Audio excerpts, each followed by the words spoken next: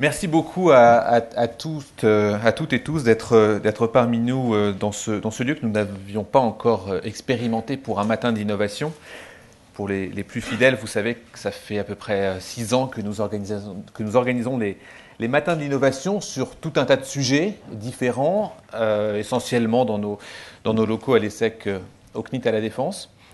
Et à peu près toutes les 5-6 semaines, nous organisons des rencontres autour de sujets différents. La fois précédente, c'était sur l'innovation, la confiance et les assurances et les banques. La fois d'avant, c'était sur la créativité. La fois suivante, ce sera plus l'économie, la responsabilité, etc. Tous nos événements sont disponibles en termes de programmes sur notre site internet. Tout est filmé, tout est gratuit et disponible sur nos différents réseaux sociaux, Facebook notamment, et également sur internet. Donc ISIS, c'est l'Institut de recherche et de stratégie dans les services, institut qui est tout à fait une composante de l'ESSEC et qui a notamment pour fonction d'organiser ces matins. Ce matin, aujourd'hui, donc encore une fois merci au MEDEF de nous accueillir ici, va traiter du sujet des services à la personne, état des lieux et perspectives.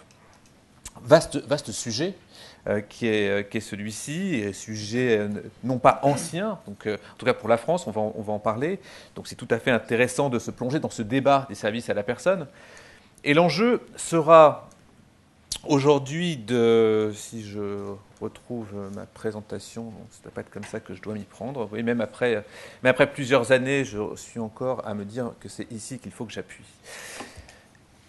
L'enjeu d'aujourd'hui est de replacer et de comprendre les services à la personne, donc de façon assez large, dans les débats, dans ces innovations, parce que c'est bien évidemment le sujet qui nous préoccupe, se questionner sur les innovations, et particulièrement de replacer l'expérience française dans la dynamique européenne. On verra qu'il y a aussi des exemples américains que l'on pourra mettre en perspective de la structuration des services à la personne. Ainsi, et très rapidement, on peut voir sur ce qui est projeté ici plusieurs axes historiques, chronologiques, qui se sont orchestrés et articulés les uns les autres, avec tout d'abord une question sur la sphère domestique, ou ce qu'on peut appeler également la solidarité de voisinage, qui a été peut-être, et qui a toujours été probablement, les ancêtres ou les premiers prémices des mutations des services à la personne, dans lequel on a toujours aidé, d'un point de vue familial, d'un point de vue voisinage, son voisin, sa famille, ses parents, et la question de service à la personne, c'est d'abord traduit sous cette façon-là, comment aider. Plus dans ce qui nous concerne aujourd'hui, il y a bien d'abord une question qui est la première étape avec une dynamique associative. Modèle traditionnel, fondé sur plutôt la relation de service, dans lequel vont apparaître des critères comme le travail relationnel, la relation entre les gens, donc qui n'est pas forcément de l'ordre domestique ou du voisinage, la logique d'aide également, l'importance du contact humain, forcément, et c'est tout l'enjeu de toute façon des économies de service, le rôle d'accompagnement social. Et tout ça nous donne finalement assez peu de séparation entre les fonctions d'aide à domicile et les tâches ménagères en tant que telles.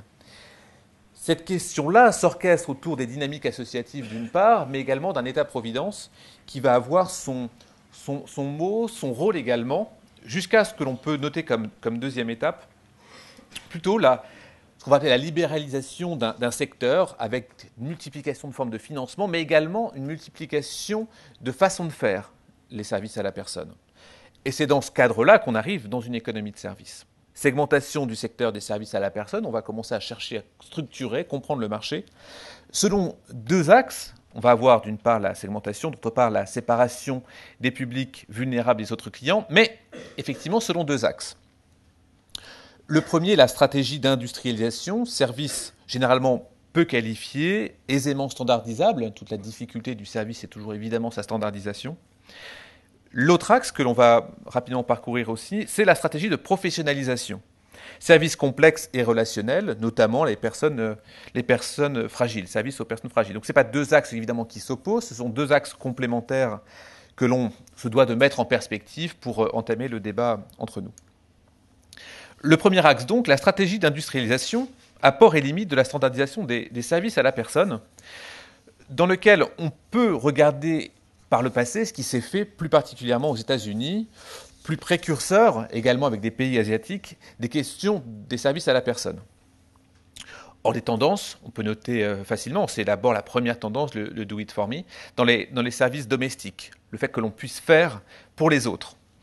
Ceci s'explique notamment par évidemment des tendances importantes, d'une part aux États-Unis, d'autre part dans les pays asiatiques, je l'ai dit, comme au Japon, sur les questions du vieillissement de la population, la salarisation également des femmes, et enfin la société de loisirs. On pourra mettre en perspective les questions de care qui ont été élaborées dans des propos de Carol Gillian notamment.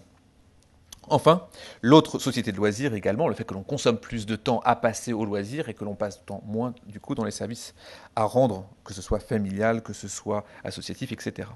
Enfin, le secteur présentant de faibles barrières à l'entrée. C'est une autre tendance importante puisqu'on peut adresser des services à la personne a priori sans avoir d'investissement lourd, sans avoir de qualification particulière. On verra que ça change.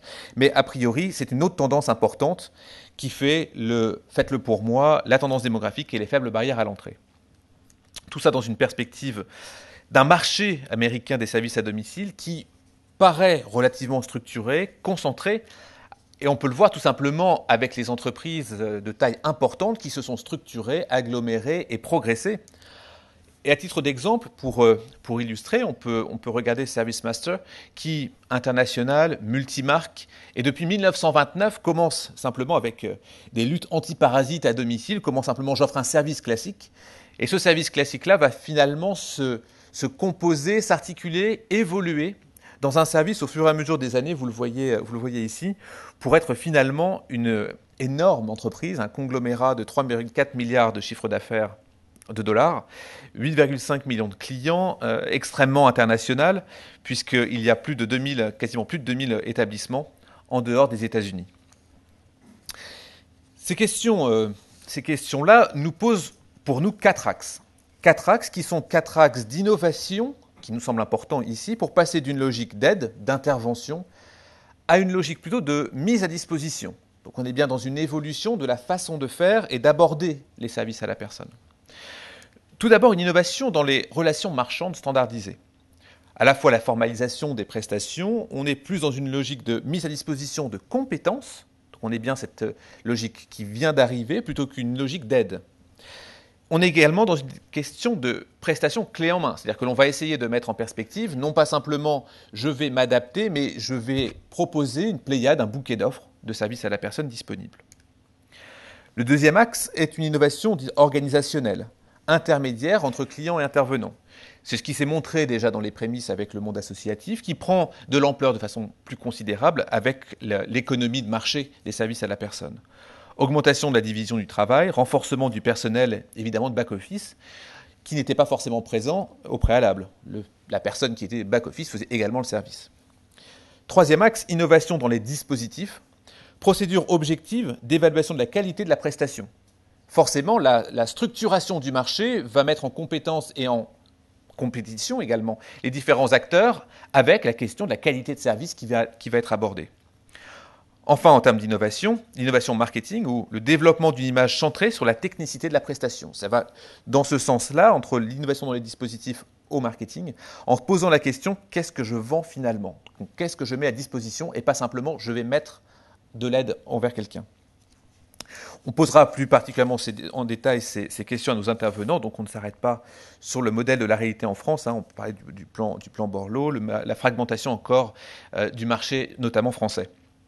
Ceci pour le premier axe. Le deuxième, non moins important, sur lequel je vous demanderai également d'agir, c'est la question de la professionnalisation pour une meilleure qualité de vie pour tous dans les services à la personne. Et en cela, ce n'est pas si évident puisque on a bien plusieurs logiques qui sont confrontées à plusieurs idéologies. Autrement dit, qu'est-ce que j'entends par service à la personne ? Puisqu'on voit dans cette évolution du marché, l'évolution des comportements, l'évolution des tendances, des idéologies qui vont se mettre en place. Nous en avons noté 4, une logique dite professionnelle, où l'objectif c'est connaissance, compétence, spécialisation, adaptation. On est clairement dans un enjeu d'un bénéficiaire client-patient. Une logique de marché, où dans lequel l'idéologie c'est plutôt de la liberté individuelle et non l'assistance par exemple, où l'on est clairement également en bénéficiaire de consommateurs et clients.